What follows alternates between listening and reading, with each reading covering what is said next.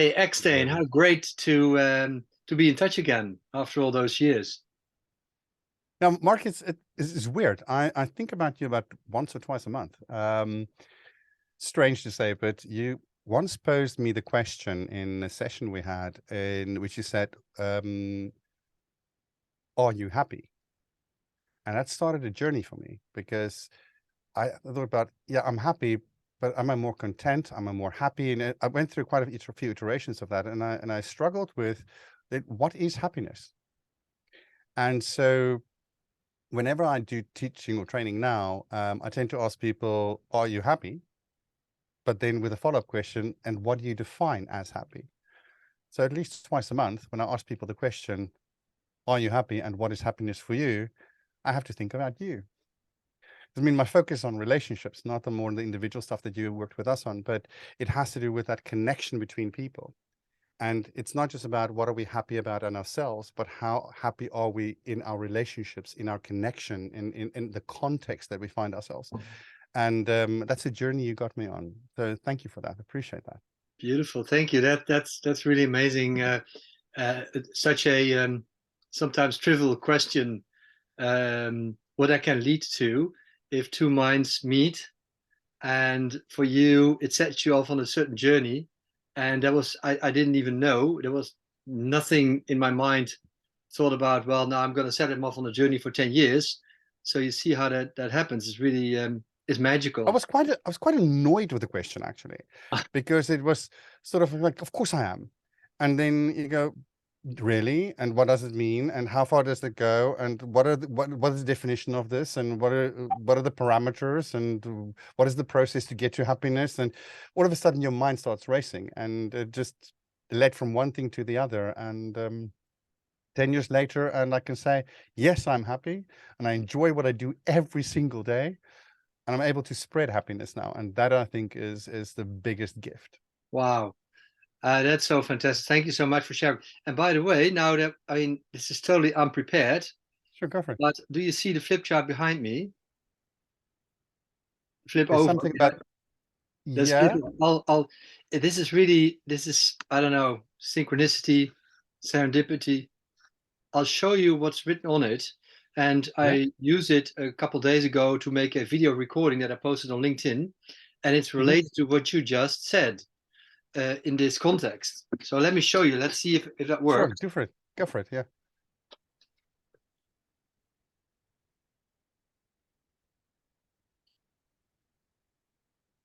Oops.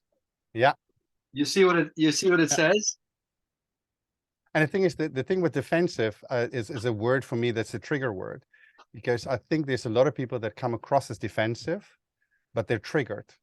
And that's something that comes from their past. It is not you, it is something that reacts within them.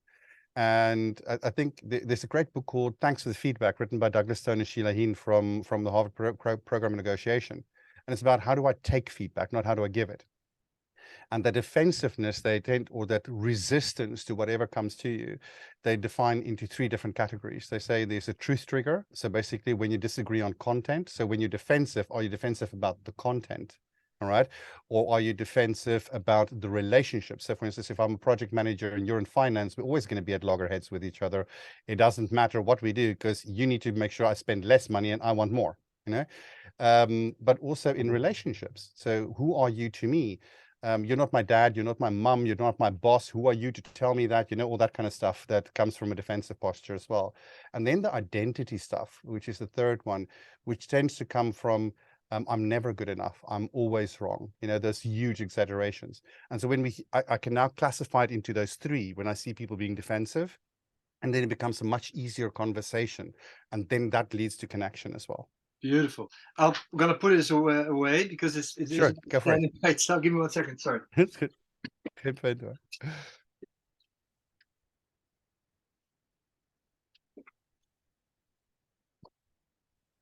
But you know, this is really perhaps we should or we could have a follow-on Zoom Of call course. to By the way, are you ever in Amsterdam?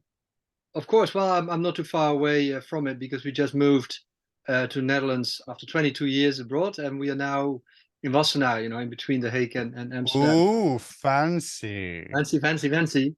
Yeah, I've got some friends living in Wassenaar as well, and they work at the European Space Agency. I mean, Oh, they it's like, do. Beautiful place. Beautiful yeah. place. But you know, so yeah, we can meet up. But the interesting thing is about connection. I got, I fully resonate with what you say about defensiveness. Let's say being triggered, and then we tend to have a defensive reaction. And what I wrote this down because in the end, what I learned myself over the summer, this was kind of the missing key in my model, in my framework, my coaching framework that I apply with individuals and teams, is connection. Is in fact, it's a little bit broader. Connection is part of it. It's mindful self-compassion. And there's a person, a researcher in the United States, she's called Kristen Neff. And there's another one, Brene Brown, who's much more well-known and famous. She's much more commercial as well. Yeah. Yeah. Brene has a lot of things to say, but she doesn't go into much depth. Right. She's not a researcher. She writes a lot. Right. But you know, we all that has a function too, right? Because if we cannot of course. translate complicated concepts into easy to let's say to grasp and understand and apply strategies for people, then you can argue what's the value. Correct. So you need Brené's very good at that. I'm sorry? Brené's very good at that. And she's good at that, yeah. So I think we need researchers and we need reporters, just like we need let's say production people and marketeers. And correct, yeah, right, and they both add value. But the interesting thing is that what Christine Neff says is mindful self-compassion has three components. One is mindfulness, so being in touch with your thoughts, your feelings, your emotions, and in the present moment, because that's the only moment there is. And most of us get lost in thought, either into the future, where there's anxiety and fear, or into the past, where there is frustration, shame, guilt, all that. So to be able to stay present, that's one. So that's mindfulness. Then the second component is, she calls it common humanity. I call it connection, because common humanity is understanding that you are not the only one suffering from doubt. And then the third one is kindness. So I translate in the three C's: consciousness, mindfulness, connection for common humanity, and caring for kindness, because I like my model has 7 C's. And what I learned is this idea that if you start to connect with yourself and with others, rather than retract because you feel perhaps rejected, or you feel stupid, you feel not ready, you're afraid that people, you know, but then to do, and that takes courage, to actually make a conscious step to say, a courageous move. Hey, you know what? I'm going to share with others. I'm connect with myself first. As the Dalai Lama says, you first have to fill your own cup of love before you can give love to others unconditionally, right? Because otherwise it leads to resentment. If I'm giving, and I don't give it to myself, I'm not allowing myself to love or accept myself for who I am. Yeah. It will lead to resentment. And this was so powerful for me when I discovered that in the summer, that I built my whole model around this missing key of connection. And I've made a conscious decision to start to share with many more people the things that am ashamed about, that I don't feel good about, that I'm afraid that I'm not good enough. And it's amazing if you look at the reactions that I get from people. And they say, wow, it's the fact that you're so vulnerable, so open. And then they share their stories. And then you indeed discover that everyone has got their own predicament, their own challenge. And so that's how I got to this theme of actually seeking the connection with yourself and others. Once you feel defensive, instead of retracting, share, be vulnerable, and that makes you invincible. So thank you. I agree. And the thing is, if you think of the gay community, and as a gay man, I had to go through that process of self-acceptance, rigorous self-acceptance, and self-compassion, because if you constantly evaluate yourself the same way as society evaluates you, and being, for instance, being disowned in my family, if I had to look at myself the same way that other people looked around me, I would have slit my wrists a long time ago. And so I had to find the compassion to be myself and allow myself to be myself. And that was a tough journey. And then when I realized that, I also realized, but there's a lot of other people that sits with the same thing. So in the 80s and the 90s, especially, and even the early 2000s, within the LGBT community, there was a huge move towards compassion. If you look at the early days of the HIV crisis, for instance, in the US, lesbian women actually started donating blood in California and started being the nurses for the gay men that were infected with HIV, because it looked like it was a gay disease in the beginning, and nobody wanted to get close to you if you were gay. No doctor wanted to touch you or nurse wanted to get close to you. So that community built its own compassion. And strangely enough, a lot of that's now left the LGBT community. It's become a lot more a label thing, sort of, what is my label now, and do I belong or not? And I think that's a loss. And so it's interesting to look at what you do, because for me, connection is where I started from. The lack of connection, the lack of compassion is where my research started. And that's where I looked at how do I get teams to work better together and faster together, and especially under pressure. And what is the role of connection? What is the role of our relationships in helping us to weather the storm? And the thing we tend to do is when we're feeling sad, frustrated, angry, fearful, we tend to withdraw. And so our cortisol levels are increasing. And the moment we connect with others, our oxytocin levels rise. And when the oxytocin levels rise in general, we'll see that our cortisol levels drop. So through talking and through connection and through getting things off your chest in a way, it helps you to also be able to deal better with the situation. That's why we go to psychologists. But if we build that into a team structure or a team process so that people are constantly available to each other and constantly compassionate for each other, and you can talk without that becoming the other person's burden, you're creating teams that are much, much more resilient. And that's sort of at the core of the work that I do at the moment. Well, that's also there's a lot of yeah, because that's also there's a lot of stuff we do that's similar. Yeah, it's the core of my work as well. And I'm focusing on, because let's say the one-on-one coaching is one thing, but what we did with the organization that you worked at the time 10 years ago, and in fact, I was just a couple of weeks ago, I think maybe even last week, I got a phone call from your former managing director. He just moved companies and he contacted me.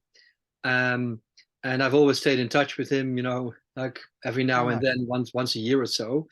But kind of intuitively at the time, I didn't have the models back then. I felt that the best way to support him, because he had a coaching question.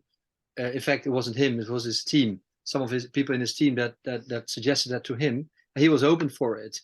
But intuitively, I felt it would be really great if I would be able to sit in team meetings where I could see him interact with the team, the sales team, and for the sales team to, let's say, to give you language and frameworks, encouragement, and some safe space to actually be open and share with each other frustrations, ideas, and out of respect for each other, give each other the floor, and then co-create in some sort of emergence process whatever needs to be created. And then the team can hold him accountable to his transformation, and he can hold the team accountable, and then that gets a joint ownership of that process. And then as coach, I can step back more and more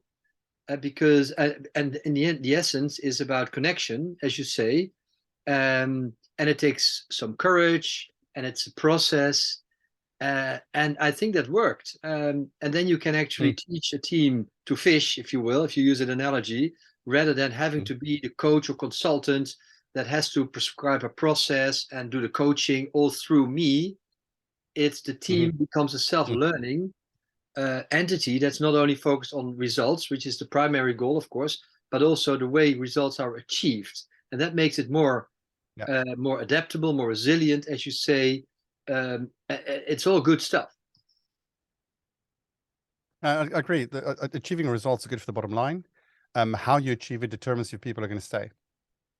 And the loss when people leave is huge. We don't always calculate very well. I recently did a podcast with a gangster. This guy led an organization of 2,700 people in one of the top 10 most dangerous prisons in the world. He was a large business leader, if you look at it like that. It is Portsmouth Prison in South Africa. That's Nelson Mandela spent some time there as well. And the prison's supposed to only have 4,500 people in it, or inmates. It has over 7,000. So it's completely overpopulated, and it's basically been run by the Numbers Gang. The Numbers Gang has been in operation for over 200 years. It is in all major South African prisons. And they basically run the prisons behind the scenes. And they actually have three numbers: the 26s, the 27s, and the 28s. And the 26s are, let's call it operations. And 27s are HR and governance. And the 28s are leadership and penalty. So the leadership decides what the penalty or the sanction will be based on the governance and the recommendations from the 27th. So whenever you did something that is the ultimate sanction, i.e. death, they will go through a process in which the 26s, the 27s, and the 28s make a decision. So the 26s have 6 days to investigate, the 27s have 7 days, and the 28s have 8 days. So everybody's feedback will be gathered by the 28s eventually and evaluated, and to make that ultimate decision. Because not only do they consider what you've done, they also consider who you're working with, how it will affect them, how it will affect performance, how it will affect production, how it will affect relationships outside the prison. All these things are taken into consideration before they fire you. And in companies, we just go like, yeah, you're not on the balance sheet anymore, gone, you know? And so, yes, their sanction is much higher, but the consideration they put into it is much, much more. And so what it was interesting, why I wanted to talk to him is he left the gang and he managed to get out alive. That was one thing. And he started a charity to help kids stay out of gangs. And he was busy in his last semester of his MBA at the time. He's just finished now. And so having that conversation about the relationship between business and crime, and drawing the parallels and seeing how an organization has basically grown over a 200-year period or slightly more, with their own governance. So they created their own laws outside the legal system. And just to see that society has that need for structure. Doesn't matter if it's outside the normal confines of society, people need structure. Right. And to then see what does structure mean if you develop it separate from things or in opposition to. I thought it was a very, very interesting conversation. And that compassion, that connection, even there they have it. And that was just really strange to because you don't expect it. Amazing. Yeah. So, it's just this fun kind of stuff that I sometimes get up to these days. Yeah, interesting. Hey, Eksteen, I'd like to segue into the Professional Speakers Association. And what I'm going to do, I'm going to stop this recording, I think, for now. Sure. But thanks so much. I assume you're also going to edit it a little bit because it's quite long. Yeah, exactly. But and what I like about it is that it was totally spontaneous, and we had so many connection points, to use that word, without any preparation, without having spoken with each other for 10 years. And I love it. Thank you so much for absolute pleasure for being available. And so I'm going to